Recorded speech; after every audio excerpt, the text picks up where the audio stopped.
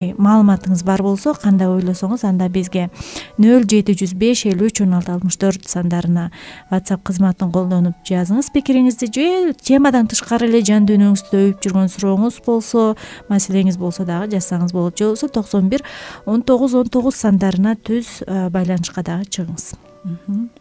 Биринчи нарцисс деген гүл тууралуу мен айткым келип атат эл башында. Мен дайыма эле гүлдү эстей берем да ошол сөздү колдонгондо. Сөзсүз биздин угармандарыбыз угуп ошо нарцисс деген гүлдөн барго деппи? Гүл бар да, ошол гүлдөн алынып жүрбөсүн, ошол гүлгө жакын сөз сыяктуу экен деген деп ойлоп аткан болсоңор, анда туура эле ошол гүлгө, нарцисс деген гүл бул жазында жаңы биринчи гүлдөрдүн арасында ошо ачыла турган гүлдөрдүн санына кирет. Нарцисс ак түздө болот, сары түздө болот, ушундай назик, сонун гүл, ортосу сары болот дегендей.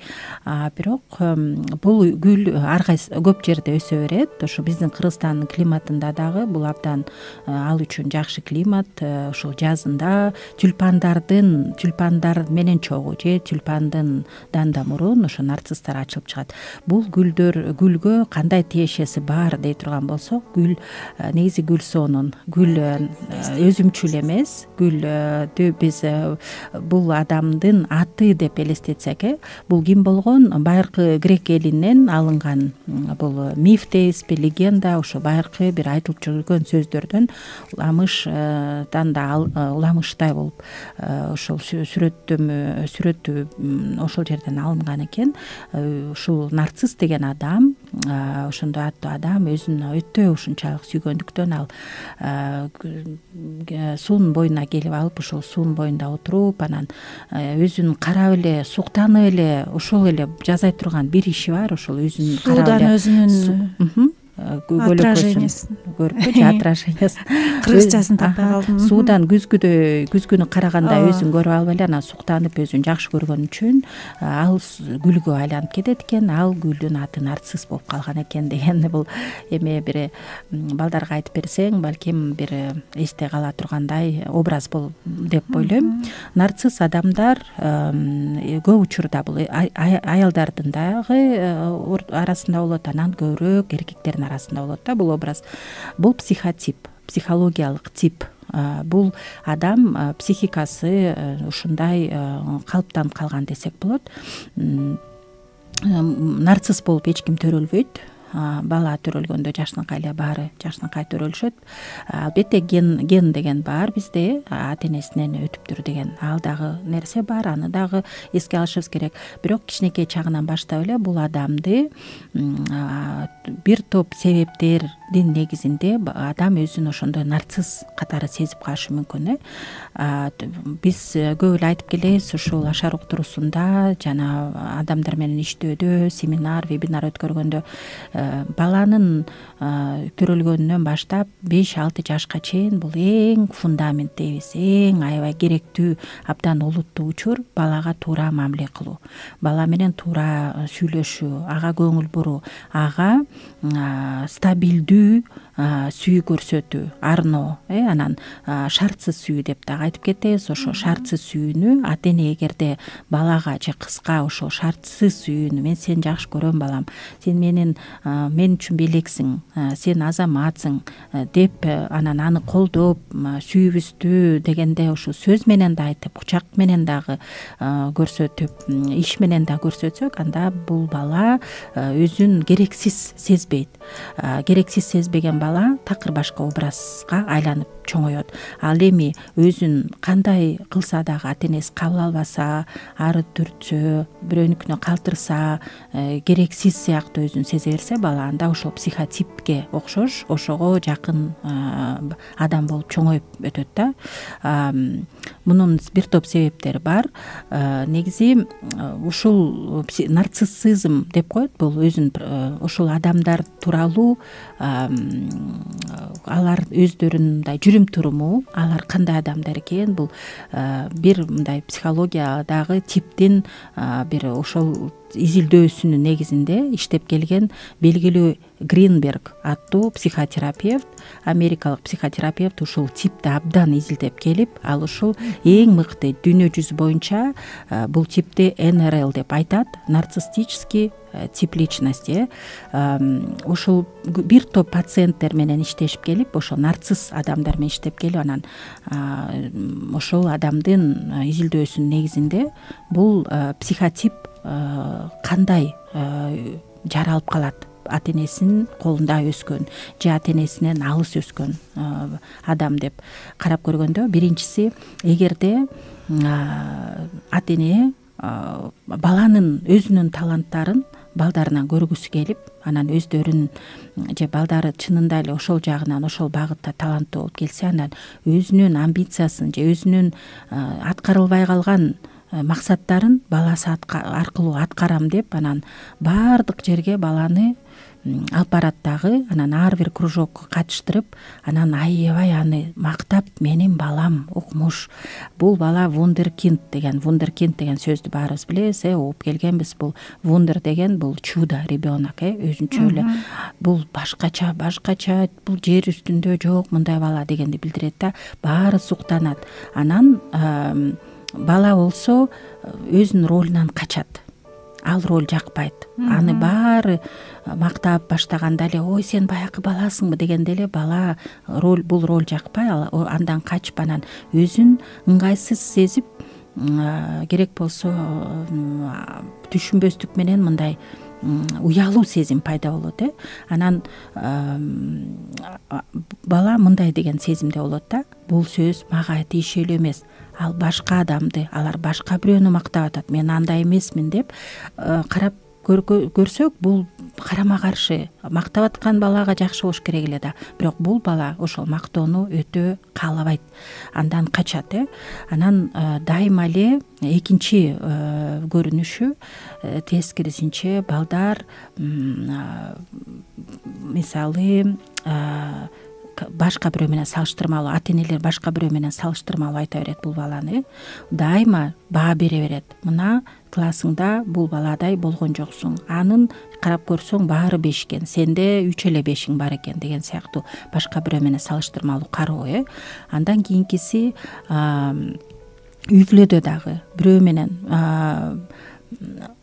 мен качан, бала мындай түшүнүп баштайт да, мен качан бактылуу болом, мен качан жакшы болом, качан жалаң 5ке окусам деп, анан ошондо гана мен 5 алып келсем, ошондо баары мени мактайт. Ошол сезимди кайрадан өзүнө тартып алыш үчүн, ошол сезимге кайра элестетип, ошого образга чөмүлүү, мындай погружение кылыш үчүн бала ошону каалап турат да. Ошондо гана ал өзүн кадимкидей жакшы сезет. Мени макташты, мен алып келген 5терим үчүн, олимпиададан 5ке утуп 5 алып келген үчүн, 1-чи орун алып келген үчүн ата энем ушундай мени карабадыбы деген сыяктуу. Анан башка дагы карама каршы буга тиешелүү ошо нарциссттик кандай эмнеге калыптанат, ошонун себептеринин бирөөсү бул бир топ жылдын ичинде, бир топ учурдун ичинде деспот, тиран деп да айтып коет, абдан бийликти кармаган, колунан чыгарбаган атадан, көп учурда атадан болот. Эгерде ата эне экөө тең бирдей образ болсо, анда бул балага абдан оор, 2 эсе оор болот. Бирок көп учурда бул ата өзү нарцисс. Ушундай нарцисс ата нарцисс баланы чоңойтконго аракет кылат. Албетте атайын эмес, бирок көмүскө мындай бир өзүнүн бир максаттарын коюп алат дагы. Бул ата баламды мендей болот деп туруп чоңойткон учурлар көп болот да. Ошондо бул ата кандай ата? Бул деспот, мындай бийлик менен бир караганда эле атабыздан калтырап титиреп отуруп калчубуз, сүйлөгөндөн дагы тартынчубуз дегендерди көп угуп келебиз, консультациялардан, бизге кайрылган адамдардан. Демек, дайыма ошондой деспот атадан сын пикир уга берүү. Сен кыла албайсың, жакшы кылган жоксуң, өтө жакшы кылышың керек эле, сенин колуңдан бул нерсе келбейт, эми мен түшүндүм, анан эмнеге мени бир айтканды аткарып койбойсуң, дароо эле жүгүрүп барып кылышың керек деген ушул нерсе сөздөрдү дагы уга берген адам ошо нарциссттык образга айланышы мүмкүн. Демек мунун тамыры бир мындай жыйынтык чыгара турган болсок, бала кезде калыптанып, анан улам жаш өтүп күчөп отуруп, анан аягында психикалык бузулуу алып келет экен да.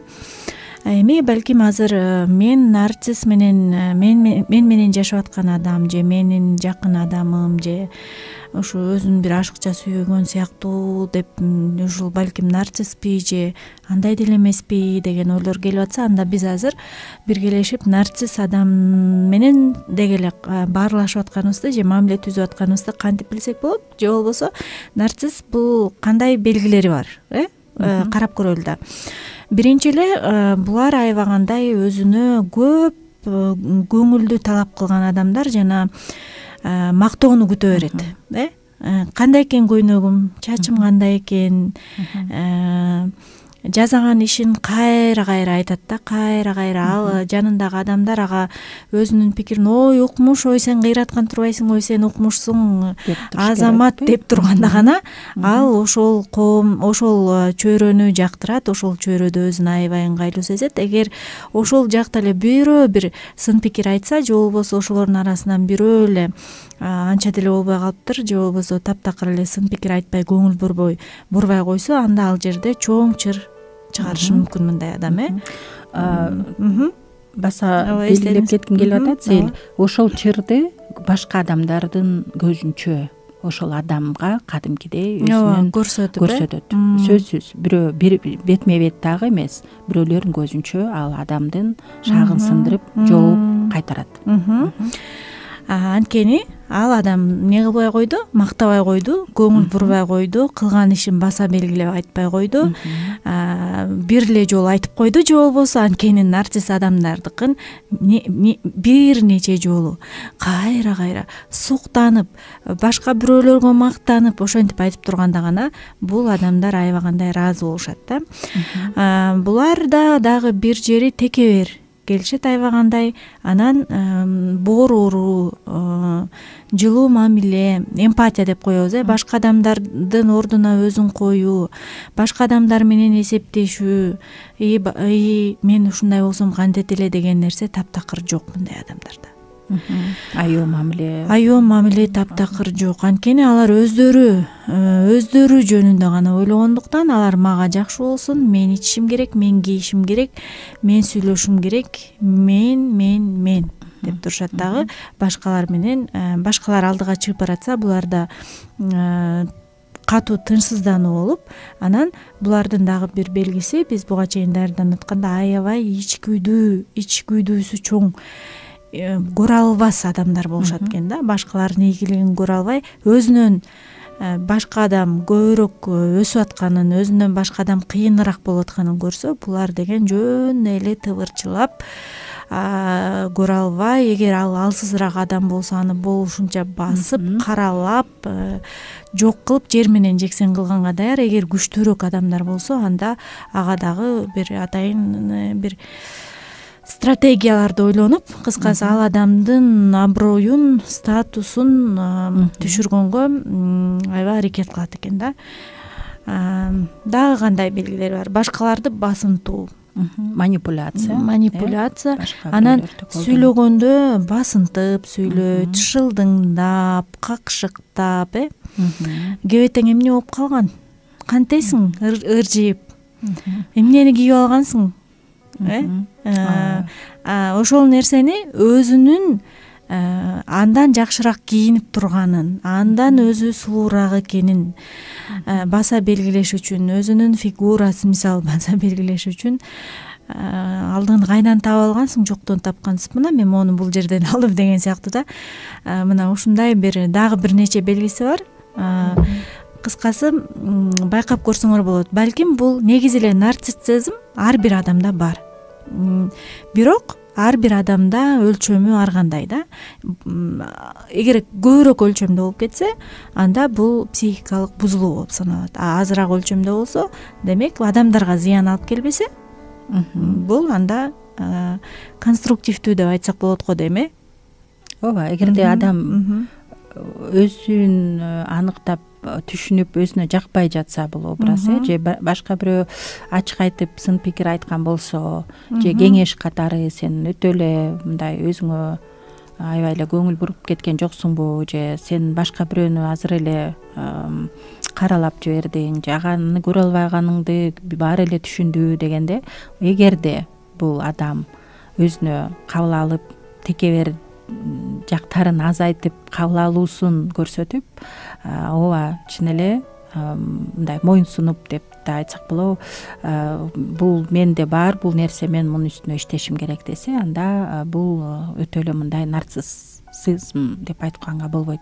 Бирок бул биз айтып аткан тип бул өтө эле калыптанып калган, бул адамды негизи эле өзгөртүү оңой эмес, мүмкүн эмес деп да айтсак болот. Өтө айтып кеткен себептердин бирөөсү мындай белгилерин бирөөсү жок, себептер, именно себептер башында себептерин атабадык да. Сүйүү жетпей калган сүйүүнү ата энеден, жакын адамдарынан, ошол ата эне болсо эсептелип атпайбы, ошол адамдардан албай калган сүйүүнү майдалап болсо дагы, тамчы болсо дагы башка бирөөлөрдөн алып алуу, жубайынан, балдарынан мажбурлап алат экен да. Мен айткыла, карагыла, мына мендей гана кийиниш керек, менин стилим эң сонун, мен сүйлөсөм эң мыкты сүйлөйм, силер мындай эле күтүп тургула, уккула мени деп. Көп учурда бул нарцисс адамдар компаниялардын, ишканаларынын жетекчилери да болуп чыгат. Абдан акылдуу, көп учурда анан креативдүү деп дагы айтып кеткенбизсе, креативдүү, анан колунан көп нерсе келет, анан бир ишкананы башкаргандардын санына кирет да. Бирок элестеткиле эми бир ишкананы башкарган нарцисс адам иштегендер кандай болот? Иштеген жумушчулар бул адамды көп учурда түшүнбөйт, нааразы болушат, өзүмчүл деп аташы мүмкүн, бирок чынында бул адам нарцисс. Өзүмчүлдүктөн дагы ашып кеткен адам. Ардактуу угармандар, кимдер эле сүйлөп атат, кайсы радиого түшүп калдым деп жаңыдан кошулуп калган болсоңуз, бул Үй бүлөлүк Окей радиосунда Шарк туруусу түз эфирде психологдор сиздердин кызматыңыздарда, мен Сейил жана Узар эжеке. Анан биз бүгүн нарцисс адамдар өзүн өтө ашыкча, деструктивдүү абалга чейин, психикалык бузулууга чейин жеткичекти сүйгөн адамдар жөнүндө, алардын эмнеден улам келип чыгат себептерин айтып кеттик, белгилерин санап атабыз. Сизде дагы деги эле жашооңузда ушундай нарцисс адамдар барбы, чөйрөңүздө бар болсо анын кандай мүнөздөрүн көрүп жүрөсүз жана эмнеси сизди ушунчалык чарчатат, же деги эле сурооңуз болсо, сунушуңуз, пикириңиз, маселеңиз болсо дагы биздин WhatsApp кызматка 0705561664 сандарына жазсаңыз болот, же болбосо 911919 сандарына түз байланышка чыгыңыз. Азыр биз Анелдин таба албайсың, мендей адамды таба, мындай нарцисстик ыр болуш керек деп атам да, ушул азыр ыр тандап атып, кээде мындай темага ылайыктап тандаганга аракет кылам да, анан таба албайсың деген ырында ушул ноткалар бар окшойт деп ойлоп атам да, чогуу угуп көрөлү дагы, анан балким бир аз ырды дагы анализдеп туруп, анан сөзүбүздү улантабыз. Ага чейин болсо сиз биздин WhatsApp сандарыбыз менен байланышсаңыз болот. Шарк туруусу жаңырууда Үй бүлөлүк Окей радиосунда, студияда биз психологдор Сейил жана Узара сиздердин сурооңуздарга, жүрөк өйгө, маселеңиздерге жооп бергенге даярбыз. Карамагыбызда дагы жарым саатыбыз бар. Демек сиз бизге байланышка чыкканга кенен кесири жетише аласыз. 0705531664 сандары WhatsApp кызматыбыз болсо, түз байланышка 911919 сандары менен чыга аласыз. Шашылыңыз, линиябыз бош. Эми биз азыркы мен ырды уктум, көңүл коюп, таба албайсың, мендей таба албайсың дегенде мен ушул саптарын эстеп калып, анан ойлогом да, бул чын эле нарциссизмге жакын саптар окшойт депчи. Бирок бир сабы менден 1000 эсе артыгын тапсаң дагы дейт, бирок мендей таба албайсың.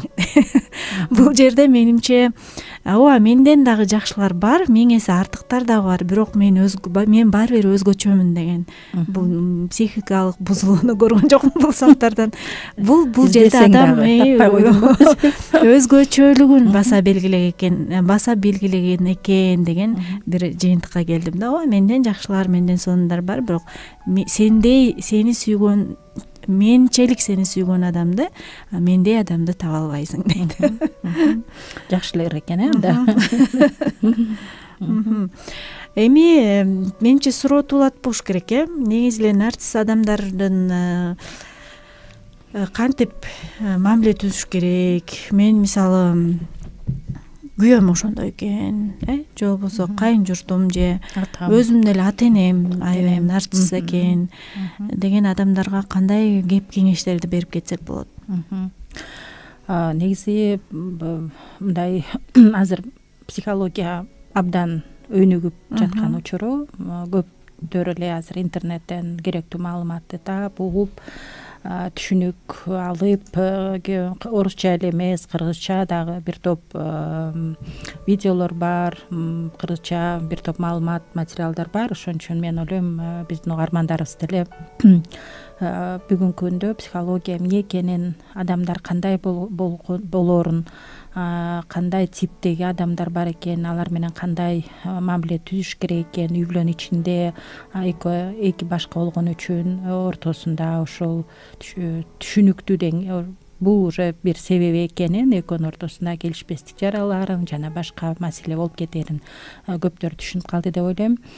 Нарцисс адамдар, ооба өйдөдө биз айтып кетпедикпи, нарцисс эркектин атасы, апасын карап көрүш керек. Бул адам кандай үй бүлөдө чоңойгон, бул адам кайсындай, эмне себептен ошентип калыптанып калган, эмнеге ушундай өзүнүн жүрүм туруму менен, сөзү менен башкаларга өзүн ушундай көрсөтүп келет деп ошол суроону кое турган болсок, анда ата энесинен баштасак да, көп учурда ошо атадан болот да, көп учурда эркектер атадан ошондой образга айланат. Айымдардын арасында деле бар өздөрүн абдан ушундай деңгээлде сезген аял нарциссттар, бирок көбүрөөк баары бир эркектер жөнүндө бүгүн баса белгилеп айтып атабыз. Бир топ кино тасмалардын каармандары дагы бар, ошондой нарцисска окшогон аялдардын да эркектердин да арасында бар. Балким азыр атабай эле коелу, бирок мен ойлойм угармандар угуп аткандар болсо, анда байкап көрүңүздөр, ушундай нарцисс типтеги адамды кайсы жерден көрдүңөр эле. Ал эми кандай кылып эми аныктадык дейли, бул адам, бул эркек же бул аял нарцисс экенин. Эми кантип жакындары ал менен муну түшүнгөн кийин кандай чара көрүш керек деген ойго мына сөзүмдө чыгып кетти. Кандай чара көрүш керек буларга дегенде, бул албетте чара көрүү эмес, бирок түшүнүп алуу, бул уже бир кандай деңгээлде өзүнө жардам бере алат. Бул жакындары кабыл алганга жеңилирээк болуп калат, эмне эле ушинтип атат, эмне эле бул кайдан жайдан мындай жаралып калган, такыр башкаларды эмес, таарынуу, көп учурда таарыныч болуп кетет да. Менин күйөөм ушинте берет мени. Анткени мындай нарцисс күйөөлөр аялдарын көп учурда басынтат, сын пикирди айтат, бирөөнүн көзүнчө мындай мазакташы да мүмкүн, анын үрөйүн учурушу мүмкүн. Сен карап көрчү, кебетеңди кара, кандай кийинип турасың, ушундай жерлерге келгенде өзүңдү карабайсыңбы деп ошол жерден аялына ушундай сөздөрдү айтып жибериши мүмкүн, сын пикирди басынтып сүйлөшү мүмкүн. Бир эле чогуу отурганда, тойдо дейли, өзүн ушундай алып жүргөн адам керек болсо жакында жанында отургандарды мындай кадимки өзүнө жакын же өзүнө мындай жакын дейличи, өзүнүн деңгээлине жакын адамдар менен отургусу келет. Башкаларды эсепке алгысы келбейт, каалабайт башка мындай карапайым элдердин арасында отуруп, коет, балким алар менен сүйлөшпөшү мүмкүн. Сүйлөйүн десе сүйлөбөйт да, жооп бербейт да, же кагып коюшу мүмкүн. Мындай адам менен жашаганда эми бул негизи медицинада бул тип менен иштеп келгендер, тажрыйбалуу изилдөөчүлөрдүн ою боюнча эч кандай бул адамдарга дары жок. Мындай аларды дары менен өзгөртөбүз, жакшыртабыз, мунун абалын деген жол жок. Болгону эгерде бул адам депрессия түшсө же өзгөчө мындай тынчсыздануу болуп аткан болсо, тревожность, анда дарыны жазып бериши мүмкүн психотерапевт. Бирок негизи муну дарылап лечение кылуу, анан жакшыртуу деген жол жок. Адам өзү кааласа айгат, иштешем десе, нарцисс адам өзү дары менен эмес, бирок өзү менен иштеп, мен өзгөргүм келет, менин аныктап бергилечи эмне себептен мен ушундай адаммын деп өзү ачылып келип каалап иштейм, өзгөргүм келет.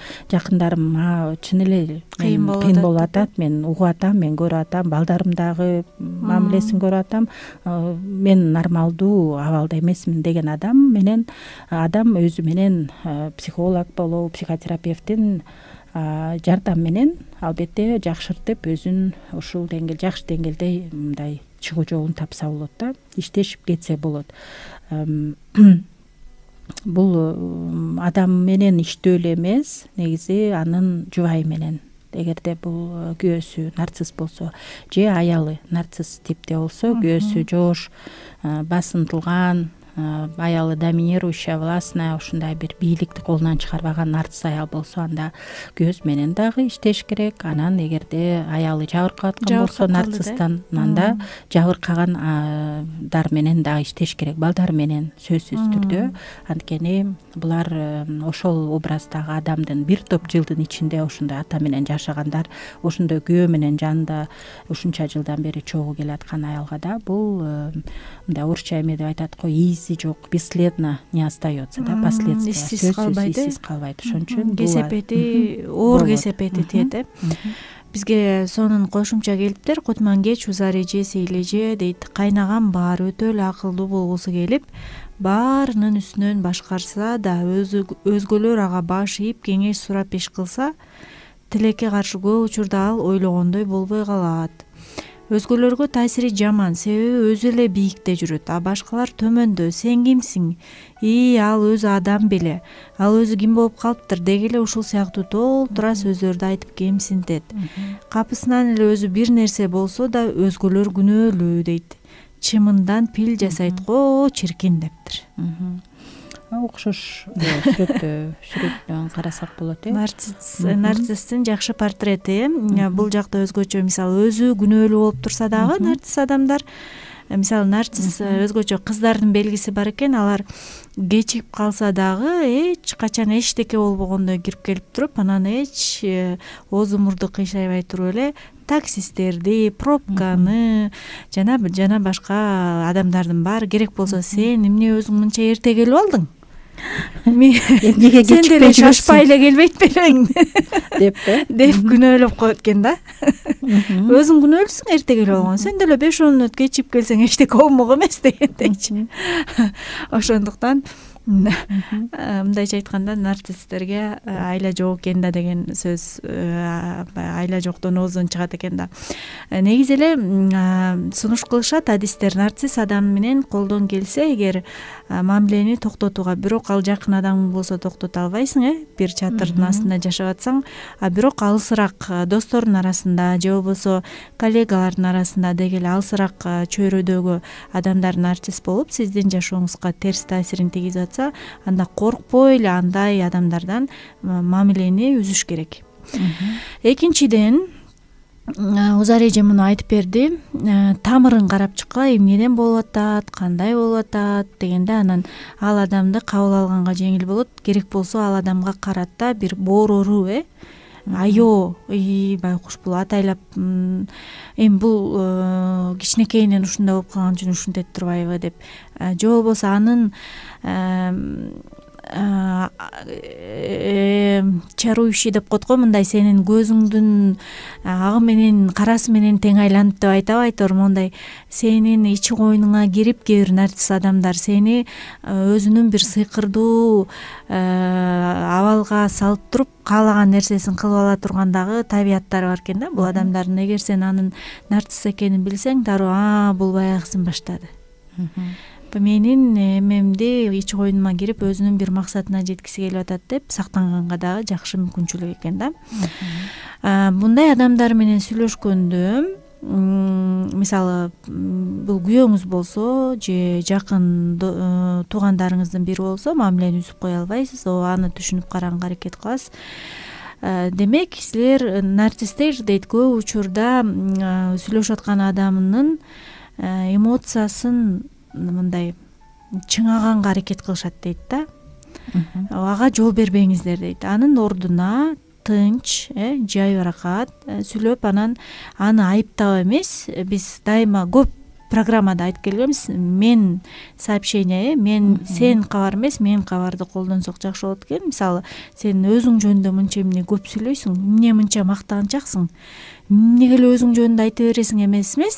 Мисалы, мага мен жөнүндө мен кандай жашап атам, мен жумушумда эмне жаңылыктар болуп атат, эмнени сезип атам, мындай кээде мен жөнүндө сурап койсоң аябай кубанат элем. Мага да менин жашоомо да кызыктар болуп койсоң сонун болмок деп өзүңүздүн сезимдериңизди, эмне сезип атканыңызды өзүңүз жөнүндө айтыңыз дейт да. Ошондо бул көбүрөөк нарцисс адамдарга мындай аны айыптоочу эмес, өзүңүз жөнүндө сүйлөгөндө аларга кабыл алганга жардам болот экен. Эгер жетекчилигиңизден нарциссдикти байкасаңыз же болбосо коллегаңыздан байкасаңыз, эң коммуникациянын эң сонун ыкмасы дейт сүйлөшүүнүн бул эмоцияларга жол бербөө, алар менен конфликтке кирбөө жана талашып тартышпоо дейт. Анткени ал адамдар атайын ошол нерсеге бизди түртөт экен да, талашып тартышканга, конфликтовать эткенге, эмоцияларыбызды чыгарганга. Эгер биз ал нерсеге жол бербей койсок, алар акырындык менен артка чегинишет. Андан кийин дагы бир жакшы кеңеш берилиптир. Өзүңүздүн чек араларыңызды мындай бекем коюп алыңыз дейт да. Мисалы, нарциссдик расстройство, бузулуусу бар адамдар булар жеке чек ара деген нерсе менен эсептешпейт дейт. Алар эч коркпой эле сенин буюмдарыңды казып, текшерип, сумкаңдын ичин карап, же болбосо сиздин бөлмөгө эч кандай суроо сопкуту жок эле кирип, каалаган оокатты кармап көрүп, же сиз бирдеке кылып атсаңыз сизге тоскоол болуп, кыскасы бул жерде психологдор сунуш кылышат. Мисалы, коркпой эле, эгер сен менин машине коюп койгон жер, кээ бир организациялардын эшигинин алдында ар бир машиненин өзүнүн орду болот, парковкасы. Мисалы, нарцисс адамдар дейт, ошол нерсени да сактабай эле ар кимдин машинесинин ордуна кимдики бош болсо өзүнүкүн койбой, дал башка бирөөнүкүнө койгонго жөндөмдүү экен да. Анан буларга мындай катуу эле айтыш керек экен да. Эгер сен өзүң машинеңди мындан кийин дагы менин машинамдын ордуна коюп кое турган болсоң, анда мен эвакуатор чакырганга мажбур болом деп катуу айтканда булар кичине силкине түшүп өздөрүнө келе түшөт экен да. Катуу эле, бекем эле. Бирок ушундай убада бердиңби, демек ушунчалык мындай өзүңдүн кыла турган ишиңди олуттуу айтып атканыңды далилдеп, мисалы, эвакуатор чакырам десең, чакырыш керек. Бир нерсени эстеп кеттим. Менин жолдошум бир жаш бала менен иштеп калган эле да. Азыр ушул теманы козгоп атып, анализ кылсам, нарцисс балага, нарцисс жигит экен да. Анткени ал аябай өзүн сүйчү. Анан эртең менен мисалы 8-де жолугабыз десе, ал шашпай, менин жолдошум аябай жоопкерчиликтүү, анан убакытка такта 8-де барып күтүп турат, жарым саат, 20 мүнөт, 15 мүнөт өтөт. Анан ошондо да мисалы кечиккен адам дарбазасынан чыга калып, анан кичине мындай чуркамыш болгон түрдү көрсөткөнгө аракет кылабыз го. Кечигип атам деп, бирок ал дейт, ушундай дашпай дарбазасын жаап, шашпай бир басып келип кечирим да сурабайт да. Бул мен күтүп туруш керек дейт. Анан ошонткенде жолдошум ушул катуу чараны көрүп, эртең мен 8-де ушул жерде болом. Эгер жок болсоң, анда жумушка өзүң барасың деп. 1-2 жолу ушул айткан сөзүнө туруп, 8-де барат, жок кетип калат, анан өзү жумушка келип, анан ошондон кийин бир күнү барсам, 8-ге 10 мүнөт калганда барып калдым дейт, барсам күтүп турган экен дейт да. Ошондуктан нарцисс адамдар менен алардын дуткасына деп коет го, алардын манипуляциясына өзүбүзгө жол бербей, катуу өзүбүздүн границаларыбызды так коюп, жок мен менен мындай кылганга болбойт деген нерсени көрсөтө билишибиз зарыл экен. Аялдардын арасында болот деп да айтып кеттик, апалардын арасында болот, жалгыз бой аялдар балдарын жалгыз чоңойткондордун арасында. Балам меники, мен эч кимге бербейм, мен айткандай болот, мен өзүм үчүн өстүргөм, чоңойтком, мен баламды билим атайын ушундай гана билим алыш керек, мен балам андан аз болбойт деген сыяктуу мындай апалар анан абдан кийлешип, нарцисс апалар анан балдарынын ошо уулунун, жалгыз уулунун жашоосуна кийлешип, келин менен өтө чоң мындай жаман төз чоң деңгээлде ар кандай араздашуулар болуп, анан кыйнаган, өзү да кыйналган учурлар аз эмес да. Анан падышалардын арасында болгон, албетте. Ар бир падыша десек болот, нарцисс, көптөр нарцисс болуп келген.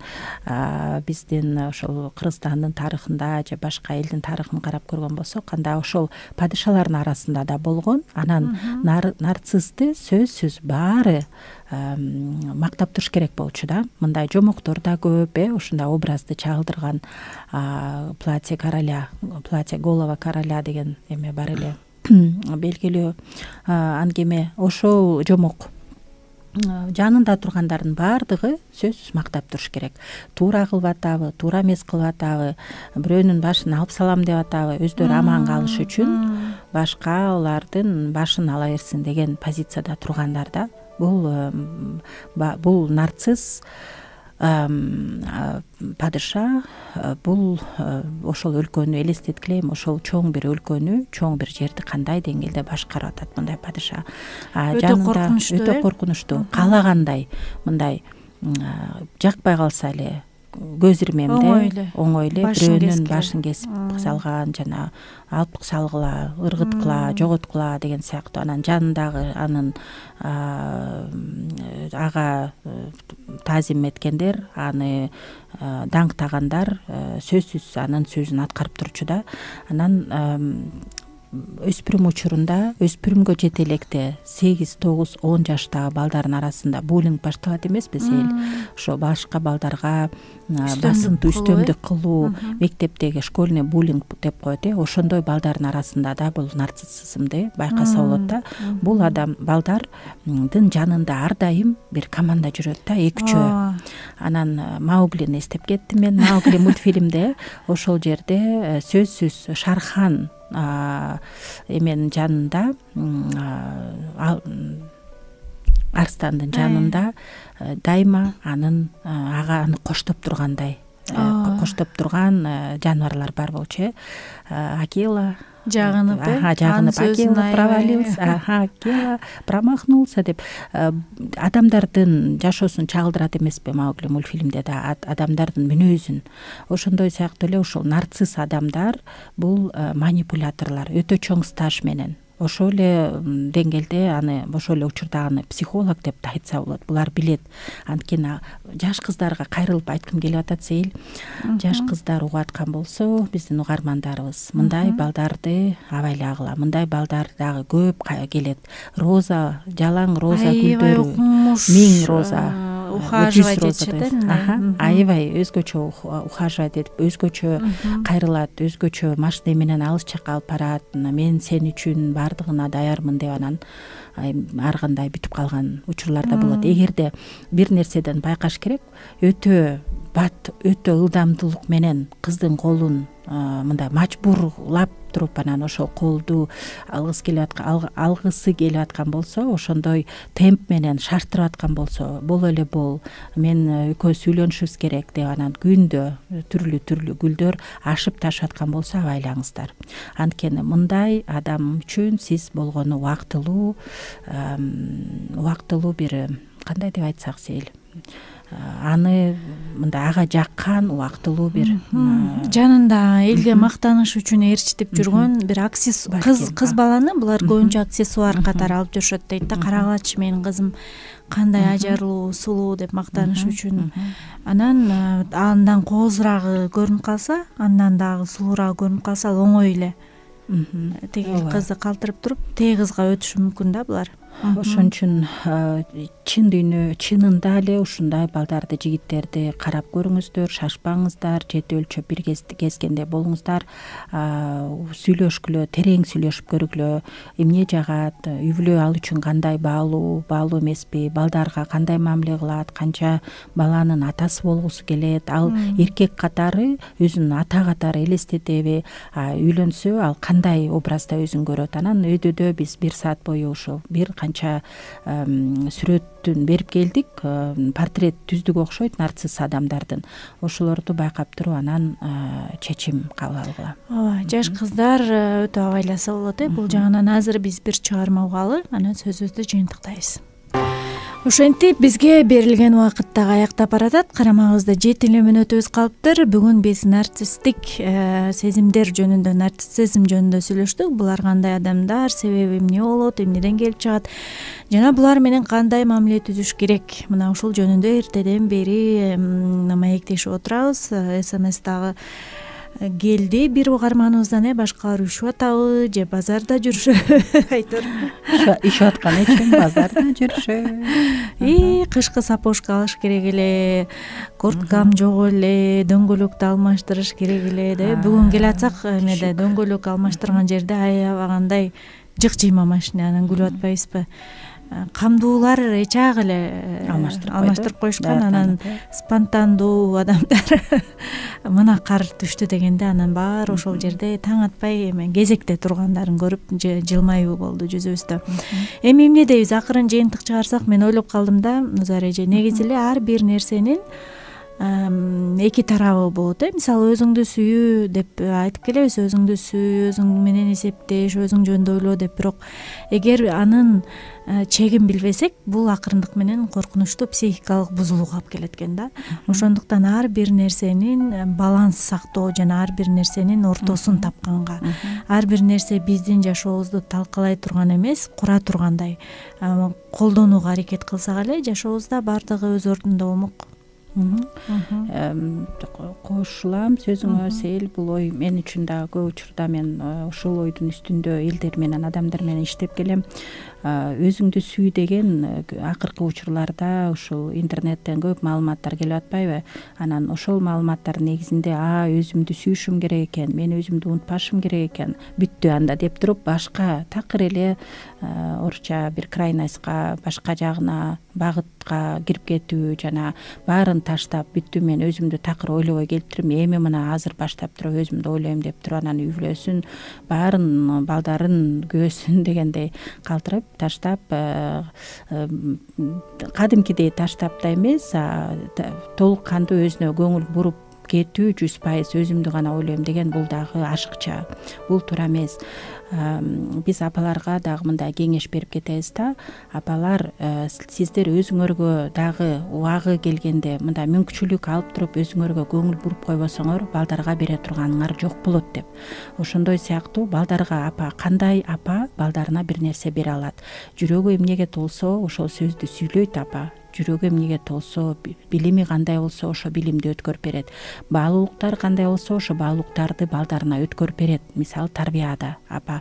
Ошон үчүн апа кичине өзүнө дагы керектүү нерсени алып турганы жакшы. Ошол тууралуу сөз болуп атат. Өзүнө көңүл буруу, бул убагында эс алып, вакыт алып, кичине балким аябай алсырап турса, бир аз эс алып, бирөөдөн жардам сурап, бирөөлөр карап бергиле, мен ушул жумуштарым бар эле деп, жана көп, кыскасы бир канча бул жакта бир тизме бар, ошол тизменин негизинде өзүнө дагы кичине көңүл буруп койсо, анча-мынча ашыкча болбойт да эч качан.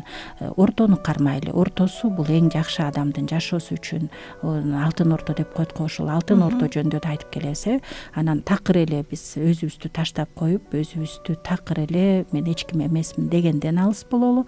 Анан жанакындай нарцисс болуп кетүүдөн, өтө эле эгоизмге чөмүлүп, эгоизм, өзүмчүл болуп, менден башка эч ким жок, мен гана бул жерде эң мыктысы менмин деген дагы бул нерсе кереги жок. Ушул себептен биз айтып келебиз, ар бирөөңөр биз өзүбүздөн да баштайбыз, ар дайым өзүбүзгө да калуу катары айтып кетебиз, арнап ортодо позицияны алып ашып кетпейли, аракет кылалы, өзүбүзгө дагы убакыт тапканга аракет кылалы, жана башкаларга көңүл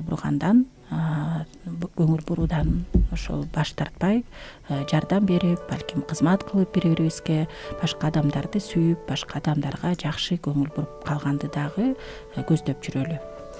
Ушуну менен бизге берилген убакыт аяктаптыр. Анда коштошолу. Буюрса кийинки жумада ушул эле бейшемби күнү 18:00 үй бүлөлүк окей радиосунан үн алышабыз. Силердин кызматыңыздарда психолог Дарузара Мамытова жана мен Сегил Калдыбаева болдук. Үшүбөңүздөр, жан дүйнөңүздөрдө дайым жылуу сезимдер орун алсын. Анда кечиңиздер көңүлдүү улансын, саламатта калыңыздар.